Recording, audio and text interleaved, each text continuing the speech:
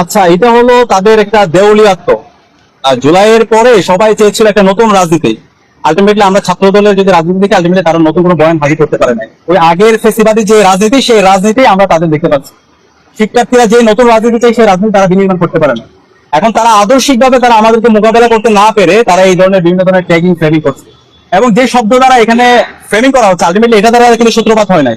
ওইখানে জুলাইয়ে কিছু গ্রাফিতি করা হয়েছিল এবং আধিপত্যবাদী আগ্রাসনের বিরুদ্ধে আমরা কিছু পোস্টার করেছিলাম, এবং পরবর্তীতে তাদের একজন এসে এখানে যুক্ত লেগেছিল, এবং এটাকে আমরা কিন্তু অ্যাপ্রিসিয়েট করেছি। না, তোমার মতামতের স্বাধীনতা আমরা নিশ্চিত করতে চাই। যিনি সিটি কলেজের সভাপতি, সেই ছবি তুলে এবং ওখানে যে বানান ভুল করেছে সেটা সে লিখে বলেছে, এটাকে অ্যাপ্রিসিয়েট করেছে, করতে পারে।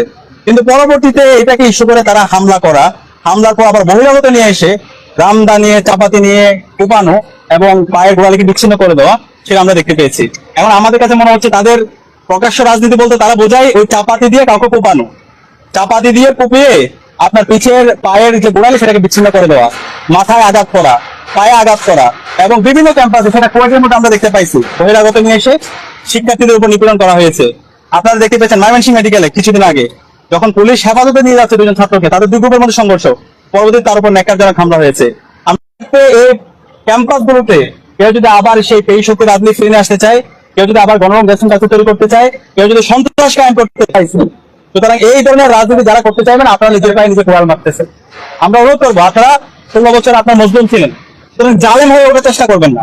আমরা চাই একসাথে মিলে আমরা আমাদের বাংলাদেশ নির্মাণ করতে, আমাদের ক্যাম্পাসের একটা গণতান্ত্রিক পরিবেশ নিশ্চিত করতে। সুতরাং ক্যাম্পাস